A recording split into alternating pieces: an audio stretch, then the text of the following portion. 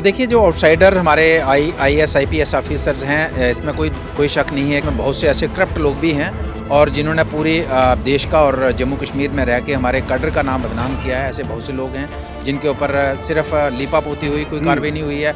यहाँ आप gun licence के मसले में आप देखिए, यहाँ एक उधमपुर के अंदर डिप्टी कमिश्नर थी, उनके ऊपर एफआईआर लगी। और आज मुझे बताइए उन लोगों को क्या मिलता है? उनके बच्चे जिसकी डेथ हो जाती है, जो हमारा एम्प्लॉय काम कर रहा है, डेली वेज रहा है, 30 साल से डेली वेज रहा है, पोल के ऊपर काम करता है, करंट लगती है, मर जाता है, उसके पीछे बच्चों का क्या होता है, उसकी ट्रीटमेंट क्या होता है, उसके घर का क्या होता है? कभी किसी सरकार ने पूछा उनका? बिजली पानी सप्लाई करने के लिए आर्मी की सर्विसेज को लिया जा रहा है, ये अनफॉर्चुनेट है। तो ये डेमोक्रेसी, आप मत सोचिए कि अभी इलेक्शन नहीं है या इलेक्टेड रिप्रेजेंटेटिव आपके नहीं है, असेंबली नहीं है, तो आप जिस मर्जी तरीके का फैसला बना करके और लोगों के ऊपर थोपेंगे। नहीं है, ये लोग, ये पब्लिक है और ये एम्प्लॉइज़ नहीं है कि एम्प्लॉइज़ स्ट्राइक पे बैठे और लोग इनका साथ नहीं दे रहे हैं। देखिए, जो आउटसाइडर हमारे आईएएस आईपीएस ऑफिसर्स हैं, इसमें कोई शक नहीं है।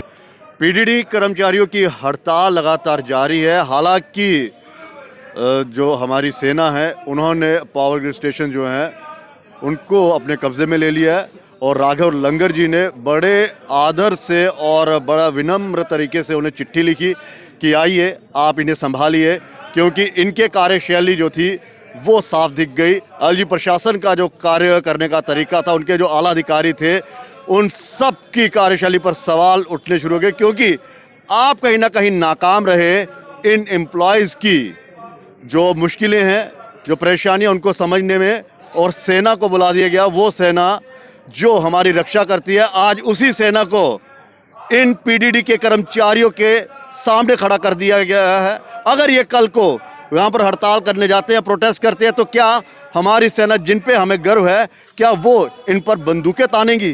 क्या ये आतंकी हैं? क्या यहाँ पर ऐसी स्थिति से हालात पैदा हो गए हैं कि आपको आर्मी की यहाँ पर मदद लेनी पड़ रही है? इसी पर चर्चा करने के लिए हमारे साथ बलवंत सिंह मंकोटिया जी, पूर्व विधायक हैं। सर, आर्मी के हवाले कर दिया गया जी, क्या कहेंगे? देखिए, आर्मी के हवाले करने का दो है। एक तो लोगों के सिर के ऊपर हाथ फेरना है और दूसरा इनके ऊपर प्रेशर, जो प्रेशर टैक्टिक्स है कि किस तरीके से इनको प्रेशराइज किया जाए कि कोई बात नहीं, आप नहीं आएंगे तो आर्मी चलाएगी काम। और दूसरी तरफ लोगों के सिर के ऊपर हाथ लिपापोती कर लिया, हाथ फेर लिया है कि कोई बात नहीं, आप परवाह नहीं करो, हम आपके साथ हैं, आर्मी को हमने भेजा। तो आर्मी क्या करेगी? ये दो चार जो मेन है टाउन के अंदर, वो स्टेशन को देख सकती है। वहाँ जो दूर दराज पहाड़ के ऊपर जहाँ पहुँचने में आपको 2 घंटे 4 घंटे लगते हैं, वहाँ कौन सा फिट है, कैसे उसको करना है, कहाँ कट करना है, कौन से मल्ले को पहले देनी है, कौन से मल्ले को बाद जाएगी, तो ये पॉसिबल ही नहीं है, पॉसिबल ही नहीं है। आर्मी इस चीज़ को कंट्रोल करे, इसको पावर सप्लाई वो रिस्टोर करे, ये पॉसिबल ही नहीं है। ठीक है, 2 4 5 स्टेशनों में हो सकता है, लेकिन इंटीरियर में पॉसिबल नहीं है, इसलिए टोटली आई भाषा। मतलब कि सेना को अपने लोगों के खिलाफ खड़ा कर दिया। देखिए, जम्मू कश्मीर में सेना की जो जिस पर्पज़ के लिए देश की सेना होती है, तो जम्मू कश्मीर में उसका परिभाषा ही बदल दी गई है। तो अनफॉर्चुनेट है कि इतने छोटा सा इशू है और इसको इतने बड़े लेवल पे ले जाना और इसको नेशनल और इंटरनेशनल इशू बना देना कि कोई एक हिंदुस्तान के अंदर कोई एक ऐसा एरिया है जहाँ पे लॉ एंड ऑर्डर को या यहाँ पे बिजली पानी सप्लाई करने के लिए आर्मी की सर्विसेज को लिया जा रहा है, ये अनफॉर्चुनेट है। तो ये क्या आपको लगता नहीं है कि जो एलजी प्रशासन है वो पूरी तरह से फेल हो चुका है? उसने साबित कर दिया, ब्यूरोक्रेट से साबित कर दिया कि जम्मू कश्मीर हमसे संभलने वाला नहीं है, भले ही इन लोगों ने इसको जकड़ा है। देखिए, जैसे इनके लीडर्स के साथ अभी 1 2 3 4 राउंड्स की मीटिंग चल रही थी। अगर आपको ये फैसला लेना था तो उससे पहले अगर मीटिंग की होती तो आज नौबत नहीं आती। क्यों नौबत आती? तो अगर आप डेमोक्रेटिक तरीके से अगर चलना ही नहीं चाहते हो तो कैसे सिस्टम चलेगा? तो ये डेमोक्रेसी, आप मत सोचिए कि अभी इलेक्शन नहीं है या इलेक्टेड रिप्रेजेंटेटिव आपके नहीं है, असेंबली नहीं है, तो आप जिस मर्जी तरीके का फैसला बना करके और लोगों के ऊपर थोपेंगे। नहीं है, ये लोग, ये पब्लिक है और ये एम्प्लॉइज़ नहीं है कि एम्प्लॉइज़ स्ट्राइक पे बैठे और लोग इनका साथ नहीं दे रहे हैं। देखिए, आप इतनी कड़ाके की ठंड है, उसके बावजूद भी अभी लोगों ने कोई बात नहीं की है, इनके प्रति कोई बात हुई है? लोगों ने कहा, बिल्कुल, जिसने भी कहा कि डेफिनेटली हमारे इलाके में बिजली की प्रॉब्लम है, समस्या है, लेकिन हम चाहते हैं हमारी समस्या हल हो, लेकिन इन लोगों की समस्या, जेन्युइन इश्यूज को भी हल किया जाए। एक चीज और है कि इतनी जल्दबाजी किस चीज की है जॉइंट वेंचर को लेकर? जो पावर ग्रिड के साथ जॉइंट वेंचर को लेकर इतनी जल्दबाजी क्यों नहीं पॉपुलर गवर्नमेंट का इंतजार किया जाता? क्यों नहीं पहले चुनाव होने दें, यहाँ पर सरकार बनेगी, वो डिसाइड करेगी ना। ऐसा क्या है कि कहीं ऐसा तो नहीं है कि जो आरोप लगते आ रहे हैं जी इतने में नहीं, ऐसा इससे ये भी लगता है कि पॉपुलर गवर्नमेंट बनानी नहीं है। ये इसी से अच्छा, काम अच्छा, चलाना अच्छा, है, हाँ, इससे ये भी ये लगता है। संकेत, ठीक ठीक ठीक। लेकिन जब आप कहते हैं कि आप 2-3 महीने में तैयारी करो जी, सारे पॉलिटिकल लीडर्स पार्टीज एक्टिव हो जाओ, फील्ड में चले जाओ, आप काम करो, और दूसरी तरफ से आप इस तरीके के फैसले लेने वाले, अगर आप ये प्लान कर रहे हो कि 3-4 महीने में आपको जम्मू कश्मीर में इलेक्शन करवाना है, तो फिर इस तरीके के फैसले आप इलेक्टेड रिप्रेजेंटेटिव, इलेक्टेड गवर्नमेंट के ऊपर रखिए ना, लोग क्या चाहते हैं। तो आप पहले ही उनको ऐसे फैसले क्यों करना चाहते हैं कि जिससे लोगों में आक्रोश बढ़े। तो इसलिए इनका जो संकेत इससे लगता है कि पॉपुलर गवर्नमेंट शायद ख्वाब होगा हमारे लोगों के लिए। यही इसी तरीके की जो है ब्यूरोक्रेटिक सेटअप चलाने के ये एक प्लान चल रहा है जम्मू कश्मीर के अंदर। एक एजेंडा चलाया जा रहा है, एक नैरेटिव सेट किया जा रहा है कि जम्मू का जो सरकारी एम्प्लॉई है वो चोर है। ठीक है, जम्मू के लोग चोर हैं, बाहर से ट्वीट हो रहे हैं और कह रहे हैं कि पीडीडी चोर है। तो मुझे बताइए, अगर ये सब हम सब चोर हैं, यानी कि हमारे पर भी तोहमतें लग रही हैं। ठीक है, ये जम्मू के लोगों को समझना चाहिए, जम्मू कश्मीर के लोगों को, कि गलत हर डिपार्टमेंट में होता है, लेकिन आप पूरे के पूरे आप कर्मचारियों की बिरादरी और पूरे सरकारी कर्मचारियों की ये चोर है, तो हमारे परिवार के सदस्य उसी में काम करें, तो इसका मतलब हम भी चोर हैं, ये हम पर तोहमतें लग रही हैं। तो क्या ये जो आईएएस ऑफिसर बाहर से आए हैं, ये गंगा से मतलब डुबकी लगा कर आए हैं, दूध के धुले हुए हैं? क्योंकि जो घोटाले अभी पिछले दिनों सामने आए, तो वो तो यही थे, इन्हीं के नाम आए थे ना। देखिए, जो आउटसाइडर हमारे आईएएस आईपीएस ऑफिसर्स हैं, इसमें कोई शक नहीं है कि उसमें बहुत से अच्छे लोग भी हैं, लेकिन उसमें बहुत से ऐसे करप्ट लोग भी हैं, और जिन्होंने पूरे देश का और जम्मू कश्मीर में रह के हमारे कैडर का नाम बदनाम किया है। ऐसे बहुत से लोग हैं जिनके ऊपर सिर्फ लीपा पोती हुई कोई कार्रवाई नहीं हुई है।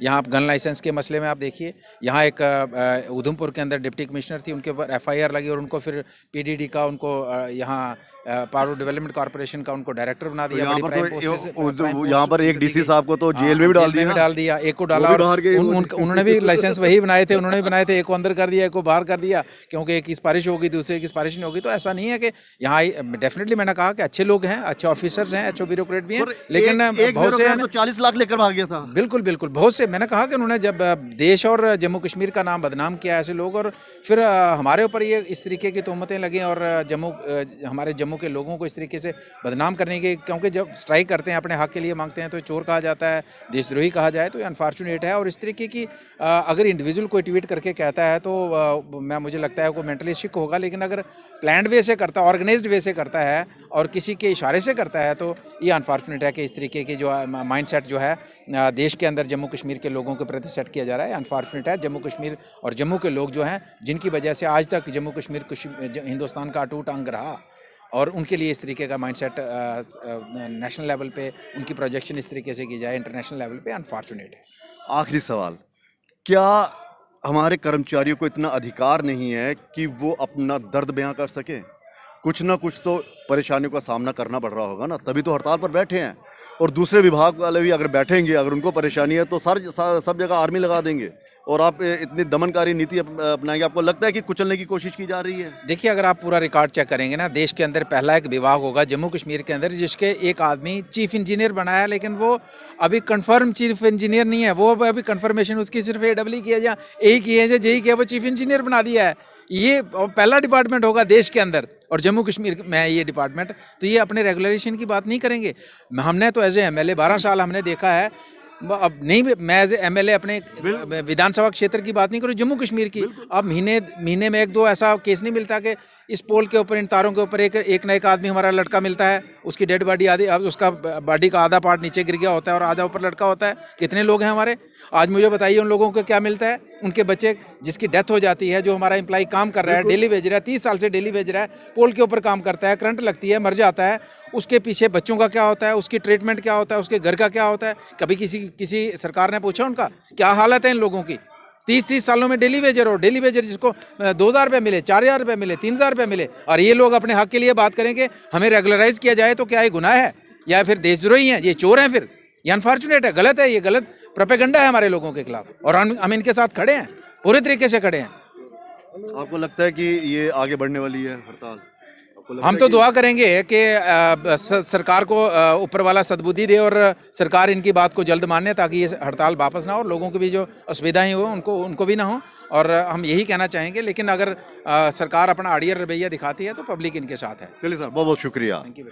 तो सरकार को अपना अड़ियल रवैया जो है उसे ख़त्म करना पड़ेगा, और ये जो कर्मचारी अपना हक मांग रहे हैं, और इनको जो आज लगातार हम देख रहे हैं सोशल मीडिया पर पोस्टें हो रही हैं, ट्वीट हो रहे हैं, लगातार ये कहने की कोशिश की जा रही है कि यहाँ के जो एम्प्लॉयज़ हैं गवर्नमेंट वो चोर हैं, तो मुझे लगता है कि जो बाहर से यहाँ पर आए हुए हैं वो महान हैं और उनकी तो आरती करनी चाहिए, खासकर उन अधिकारियों की, आईएएस अधिकारियों की जो जेल में भी रहे, जो 40 लाख रुपए लेकर चले गए और जो सत्यपाल मलिक जी ने कहा था कि हाँ जी मुझे 150 करोड़ रुपया देने की कोशिश की गई। उन्होंने कहा था कि सर अगर आप 2 फाइलों पे साइन करते तो आपको 300 करोड़ मिलता, तो वो भी प्रिंसिपल सेक्रेटरी लेवल के वो अधिकारी हैं, तो मुझे लगता है वो भी बाहर के ही होंगे। तो फिर इनकी आरती कीजिए, इनके आगे धूप बत्ती जगाइए कि इन जैसा ईमानदार कोई नहीं और चोर हम हैं, हम जम्मू के लोग ही हैं। बस, धन्यवाद।